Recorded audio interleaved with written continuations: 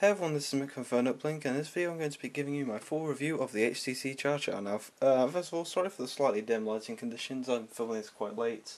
Well, basically because I haven't been able to get peace and quiet for the majority of the day because my sister, the camera is basically picking her up instead of me. Well, you can hear her quite clearly in the background, should I say. But anyway, let's get into this review now. She's finally quietened down. Anyway, HTC ChaCha. First of all, it's got a 2.6-inch display. It's got a resolution of 480 by 320. It is running Android 2.3 and it has an 800 MHz processor. Now on the left-hand side, sorry, we have our micro USB charging ports, volume rockers. On the top we have the 3.5mm headphone jack, microphone, and power on/off lock/unlock switch. And on the back we have our 5 megapixel camera with LED flash and our loudspeaker. Now the first thing you'll notice about the HTC ChaCha that's different about any other Android phone is the fact that this has a dedicated Facebook button. Now what this button does is it takes you directly to Facebook to a post, so you're basically instantly posting on your wall. You can also post on your other friends' walls just by pressing or just by clicking, should I say, on the post to section on there. You can also use your camera directly from this section to take a photo and post that to your wall and then put a comment on it, or you can select a photo that you have already taken or a video and post that directly to Facebook. That's basically the only purpose of that button. Now one thing that the HTC ChaCha does that so most of Android phones don't do is when you open an application, let's say something like Quadrant Standard like I've got running here, it will automatically rotate into widescreen, and you can't really change that. Now I would show you a Quadrant Standard score for this phone, but for some reason whenever you go to view the results, it's never manages to get through. It always shows a service call failure. That's all I get really. So unfortunately I can't show you a Quadrant Standard score for this device. Now if we jump into overall call quality on this device, the call quality is pretty average. It's about the same as the Desire HD in terms of call quality. Microphone quality does seem to be a bit better than that phone, but it's still not. It's still nothing special. So if you've ever used a Desire HD or a Desire, then it's about the same as those two phones in terms of call quality and microphone quality. Loudspeaker is definitely a lot better than the Desire HD though. The Desire HD, it was fairly hard to understand anything that was being said by the person that I was calling. And this one is it's pretty much the exact same as the Sony Ericsson Xperia Neo in terms of a loudspeaker, and that's got a pretty damn good one, and I'll show you what I mean in a few minutes. Wanted to show you what it's like with YouTube content. But with overall battery life, the battery has managed to last me for a day, but it's just barely. With this phone I've been mainly browsing YouTube, browsing the web and sending tweets a lot, and I've just got a Facebook notification. Yeah, with this phone, I'm not sure about other Android phones, but I've tied Facebook to this, so I get my yeah, it just pulls in the notifications as soon as I get a message. But anyway, in terms of battery life, it does just about last me for a full day, but only barely. And there's another one. I should probably put this on silent. Actually, that might be worse. Ring of volume to none. But yeah, it does just about make it for a day for me. It's only just though. That is only just. It certainly lasts longer than my iPhone. Still, just about every phone I've had lately lasts longer than my iPhone. But yeah, in terms of overall battery life, it is a pretty damn good phone. Now for the YouTube test, I'm just going to show you some Freddy W. It is running HD, well HQ.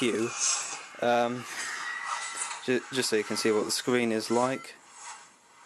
Yeah, me and my very unsteady hands.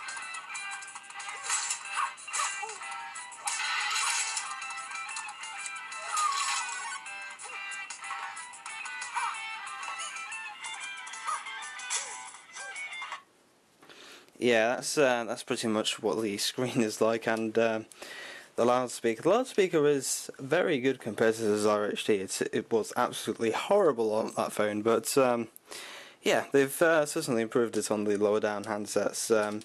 The screen isn't that bad at all, though. It's not the brightest screen in the world, but it is a pretty damn good screen.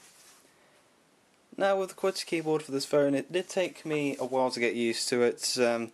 Since I haven't used a QWERTY keyboard in a while, it did take a bit of time to get used to it. But after I got used to it, it didn't really take that much effort. I didn't really make that many mistakes, should I say, when I was typing a text and typing a tweet or anything like that. It's been pretty good to me, to be fair. It's overall a really nice keyboard to type on. However, it is the keys are a bit close together. That's the only thing I'm going to say against it. The keys are a bit too close together for my liking. Now, I haven't done a full-on camera test with this phone like I did with the Galaxy S2. And I said I was going to do that with phones with the 5 megapixels or higher from now on, but frankly the camera on this really isn't anything special. I mean, I will show you a few pictures and a video from the front-facing camera and the back-facing camera, or the rear-facing camera should I say, at the end of this video, but it's nothing special, I'll just put it that way. As an overall, though, the HTC ChaCha is a pretty good phone. It's not one of my favourites that I've had out to review, but it is a pretty damn good phone. In the UK, I think it retails between £200 to £300 off contracts. On contracts, I think it's about £20 to £30, depending on what contract you get and which carrier you go with. But as an overall, it is a pretty good device. To say it only has an 800 MHz processor, it didn't really slow up at all for me, which is quite a feat to say. My iPhone slows up pretty damn fast. I've got quite a few notifications that need to be read there.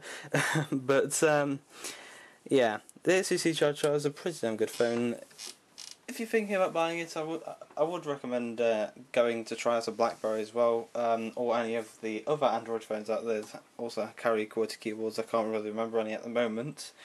But yeah, as an overall, this is a pretty good phone. As I said, it managed to last me just about a day with average use. I don't go exceedingly mental with usage on any of these phones.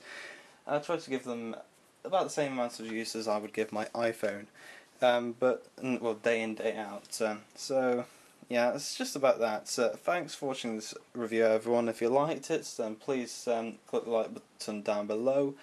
If you feels like I could have improved on anything that's in this video, or if you have any questions about the device, then please leave me comments in the comment section below. If you enjoy our other content, then please go over to our channel and subscribe if you want. Send us a friend request and follow us on Twitter, because yeah, sometimes YouTube subscription service, the subscription boxes aren't always the best. They don't always work. We have our Twitter account tied to YouTube, so as soon as we upload a video, it goes directly onto Twitter, so you're instantly notified there. But yeah, anyway, that's just about that. Thank you for watching this review. As I said, if you liked it, click like. If you enjoy our content, click subscribe. And yeah, that's just about it. And follow us on Twitter. Yeah, that's the other one. Anyway, that's that. Thanks for watching, and I shall see you in the next video, which will be the HTC Trophy 7 review or Sony Ericsson Xperia Arc unboxing. Thanks for watching. I'll see you all in the next one. Okay, this is just a quick front-facing camera test of the HTC ChaCha. Now, this isn't exactly a very dully lit room, but the ChaCha is finding it very hard to deal with even a slightly dim room. I mean, the colours are just horrible. As you can probably tell, well, it's not exactly the best camera in the world. Anyway, that's the front-facing camera test of the HTC ChaCha. HTC ChaCha. Yeah, can never say that properly.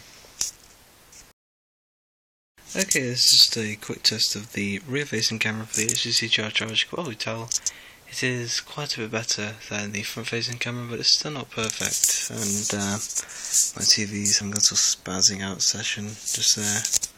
Yeah, quite normal for that thing. Pretty old. Yeah, just a quick test of the back-facing camera, the rear-facing camera on the HTC ChaCha. Pretty decent. Nothing special.